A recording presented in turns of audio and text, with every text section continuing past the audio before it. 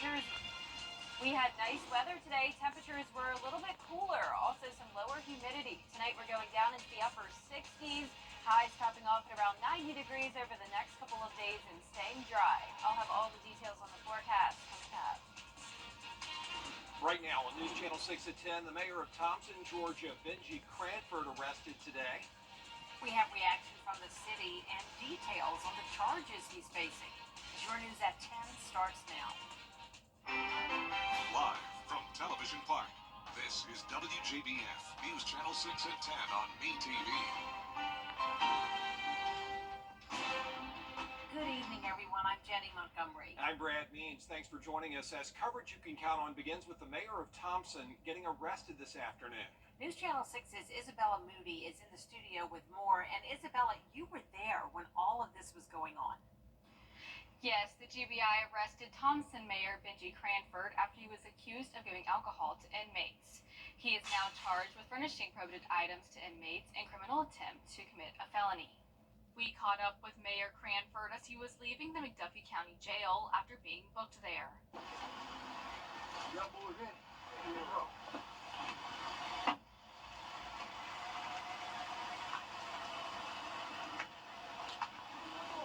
Back on June 6th, the Thompson Police Department asked the GBI to conduct an investigation into Cranford.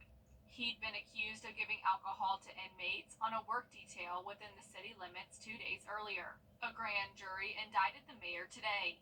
The city released a statement saying, "As we understand the charges in this case are not related to Mr. Cranford's duties as an elected official, we do not have a comment."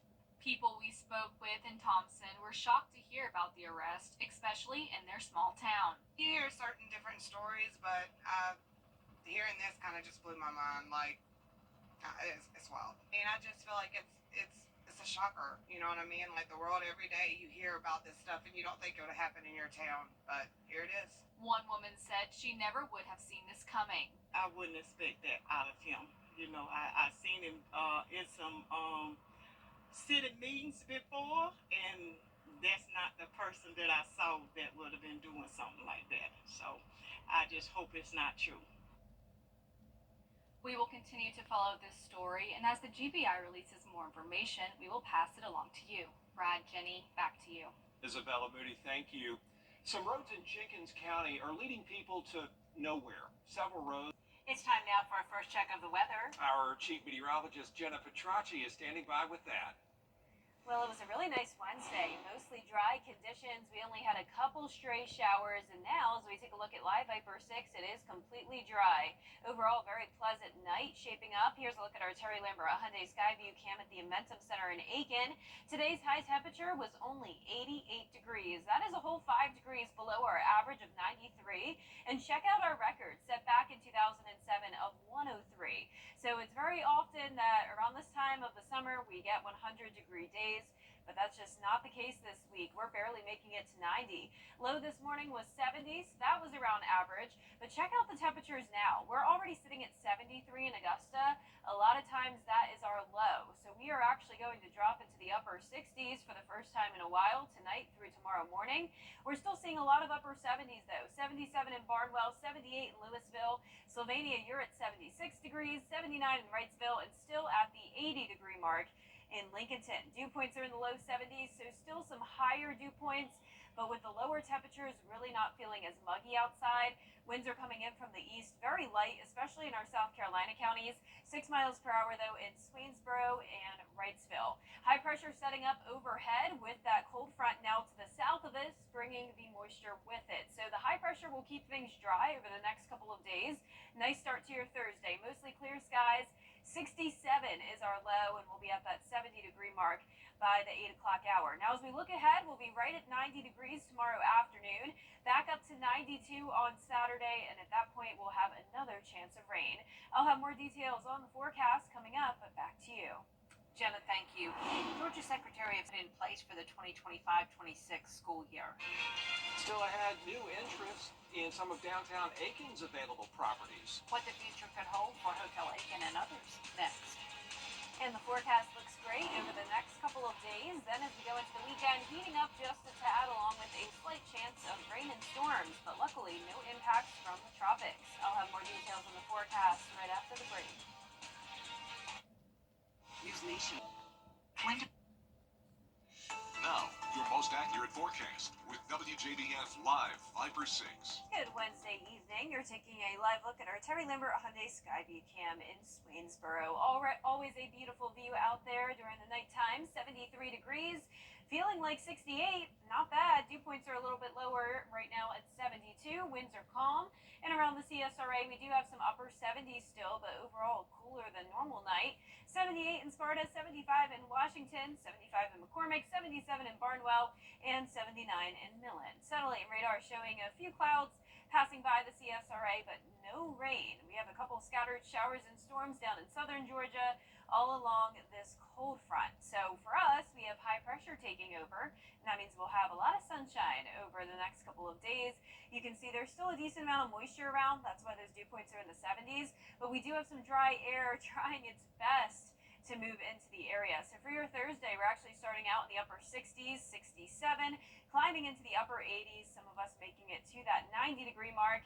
And it's not just one morning of upper 60s, it actually continues into next week. We'll have 70 on Sunday morning, but that's about as warm as it gets, at least for the mornings. In the afternoon, we will, of course, still be stopping off at around 90 degrees, but this time of the year could easily be higher than that, so we'll take the low 90s. Feeling like 95 on Friday and then feeling like 99 on Saturday, but at least the heat index is below the triple-digit mark.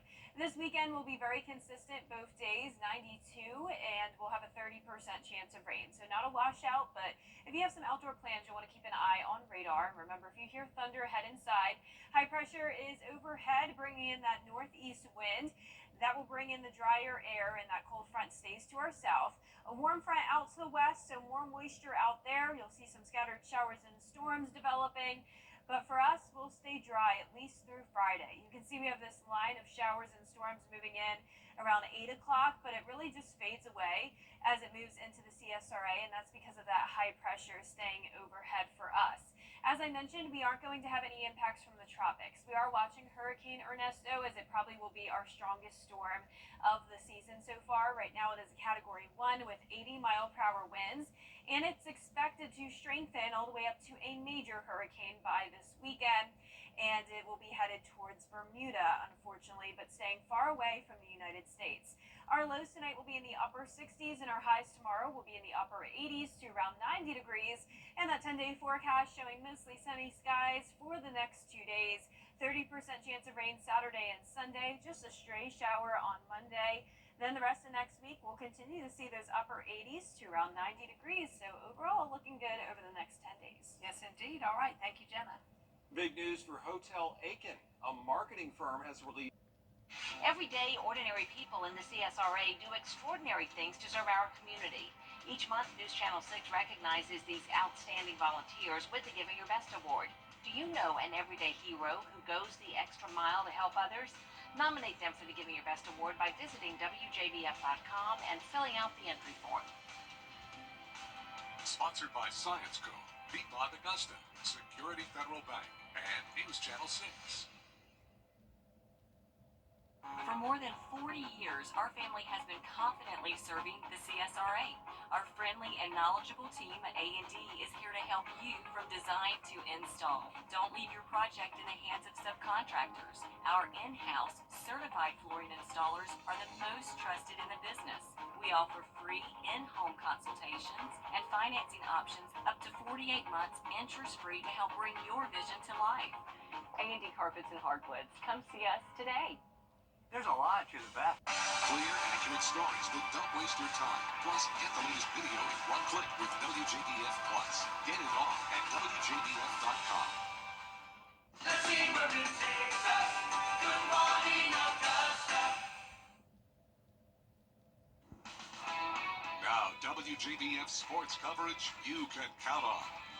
The 2024 Summer Olympics may have wrapped up in Paris, but that does not mean the Games are over. The Paralympic Games start in France on August 28th and run through the first week in September. 24 Paralympic events will take place all across Paris, and some local stars will be featured in the Games. I spoke to local Paralympic gold medalist and world record shot putter Scott Winkler about his Olympic experience and what it's like to now be a coach for future superstars. I've won medals through all different things. The Beijing, I took 5th, 13, London, I didn't do the greatest. Went back, Para-Pan Ams broke the world record 3 times. So that was 2007, that's gold, and bronze. Shot for gold, bronze for disc. Other schools are finally realizing, it's like, well, who's your coach? Well, he's a wheelchair coach. He's in a wheelchair. It's like, you don't have to be an able-bodied to coach. My thought is, I'm more like a life coach. You have to talk to these kids, keep them on the straight and narrow, give them guidance. And that's what, for me, coaching means. It's like, it's not just about the sport, it's about their career in life. Well, we will be keeping a very close eye on the Games in Paris when they kick off in exactly 2 weeks. Over in the MLB, the Atlanta Braves opened their series against the Giants with a win, and they look to keep it going in Game 2. Up 1-0 in the top of the second, one on for Jorge Soler. He rips it into the gap in right center field for the RBI double. Braves lead 2-0. Then in the bottom of the 8th, Giants now trail 3-2. Pierce Johnson pitching for Atlanta in a big spot. With a runner on third, pitch gets away from Darno. Lamonte Wade Jr. scores. A costly mistake from Johnson, and we're all tied up at 3. For the second night in a row, we go to extra innings. Top of the 10th, Darno up with a runner on second. He grounds it hard to second base. Casey Schmidt tries to make the play, but the ball bounces off his glove into the outfield. Luke Williams scores for Atlanta. Braves take the lead 4-3, and that would be the final score as Atlanta wins back-to-back games in 10 innings. They'll look to make it 3 straight wins in a late-night matchup on Wednesday. We'll have updates on this series throughout the weekend. PGA star and former Masters champion Hideki Matsuyama won bronze at the 2024 Summer Olympics, bringing home Japan's first ever golf medal. And Matsuyama's performance was cause for celebration, but the good times were quickly cut short. On Wednesday, news broke that Matsuyama, his coach, and caddy were robbed in London while traveling to the United States for his next event, the FedEx St. Jude Championship. The 12th-ranked golfer in the world had his wallet stolen, while his caddy and coach both lost their passports. Fortunately, Matsuyama's bronze medal was not one of the items stolen, but he will be heading to the U.S. alone while his team heads back to Japan to get new passports.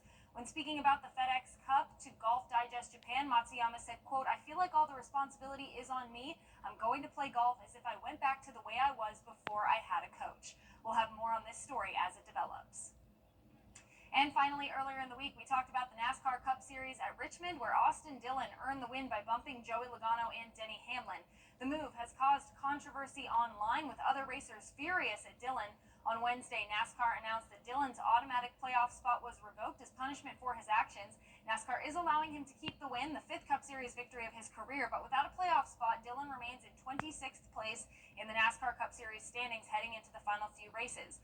3 races remain in the 2024 regular season. The next one is the Firekeepers Casino 400, which will be at Michigan International Speedway on Sunday, August 18th, ahead of events at Daytona International Speedway and Darlington Raceway.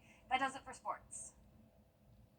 If you have SC.com. At WJBF's Television Park Productions, our mission is to provide local businesses with top quality video and digital content at an affordable price. With decades of experience, our award-winning creative team will guide you step by step through the creative process, resulting in a successful marketing message for your brand. Over the years, we've helped hundreds of local businesses expand their voice. Visit WJBF.com/creative to find out how we can do the same for you. And last but not least, police departments from around the world competed in their own Olympic Games this week. Their furry co-workers competed in the 25th annual Canine Olympics. The competition is held in Denver, Indiana. Zachary Sidham shows us how these dogs in law enforcement and beyond showed us their skills. This is one of the best times of the year for us. We get to come up here and we get to compete and see what we're made of. The Von Link Kennels Canine Olympics is where the best pups in the world have come to showcase their abilities for the past 25 years. Terre Haute Police Department Public Information Officer Justin Sears says that THPD has a reputation of excellence in this competition. We typically do well every year. It's become an expectation for our success up here, and that goes to our training and our deployments that we do in the city of Terre Haute. We take it very serious. Our canine unit's very professional, very well trained. We have the benefit of being supported by our administration, supported by the city. This event consists of judges scoring over 100 competitors and over 30 events that replicate what these dogs and trainers can go through on any given day. Sears said that the training that it takes to compete in this helps build an unbreakable bond between a trainer and their canine. These handlers, they put in so much time and work, they just want to show off their dogs too. I mean, it's their best friend. The dogs live with us, go to work with us, they're with us more than our families, and it's a bond that you can't really explain. And so when they get to come up here and showcase what they're doing and also find their weaknesses, and that's what this is about. Founder and owner of Von Lake Kennels and the Canine Olympics, Kenneth Licklider, says that what separates this competition from the others is that it changes every year. The events are put together and judged by a different person every year, so they can't be at home practicing and getting ready. I want it to be as what a cop goes through on the street. They go out there, they react to what happens to them at that moment. Licklider says that he just wants this competition to motivate trainers to be the best they can be. Hopefully they see where they're at amongst their peers, and that motivates them to get off the couch and do some training. Impressive dogs. Yeah. Super, super cute. Yeah. Super cute, super smart. Super strong. Our 10-day forecast showing mostly sunny skies Thursday and Friday. Cooler mornings in the upper 60s, topping off at around 90 degrees. Back up to 92 over the weekend. The humidity will be a bit higher. 30% chance of rain and storms. Then back to sunshine Monday and Tuesday. Low chances of rain. And even into next week, we'll still see some slightly cooler temperatures. All right, that's it for now. We're back at the top of the hour on News Channel 6 at 11. Hogan's Heroes is next here on the TV.